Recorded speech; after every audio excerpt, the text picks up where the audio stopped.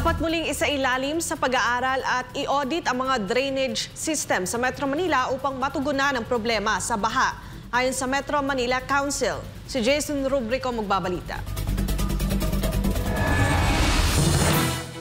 Matinding pagbaha ang naranasan ng mga residente ng Metro Manila dahil sa mga nagdaang bagyo at sunod-sunod na pag-ulan. Ayon sa Metro Manila Council, isinasapinal na ng Department of Public Works and Highways at Metropolitan Manila Development Authority ang isang drainage master plan na layong solusyonan ang problema sa baha. Giit ni MMC President at San Juan City Mayor Francis Zamora, mahalaga ang drainage master plan dahil karamihan sa mga drainage system sa Kalakhang, Maynila ay luma na at hindi na kayang saluhin ang dami ng ulang bumabagsak sa rehiyon.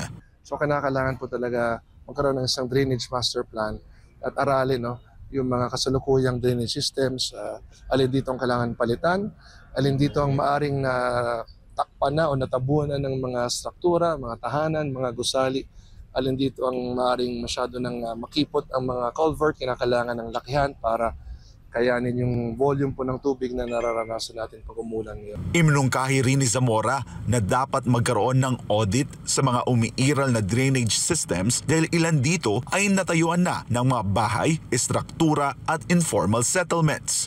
Kung sakaling mayroong mga drainage systems na natayuan na ng mga structures, aralin natin paano ma-free up ang mga ito.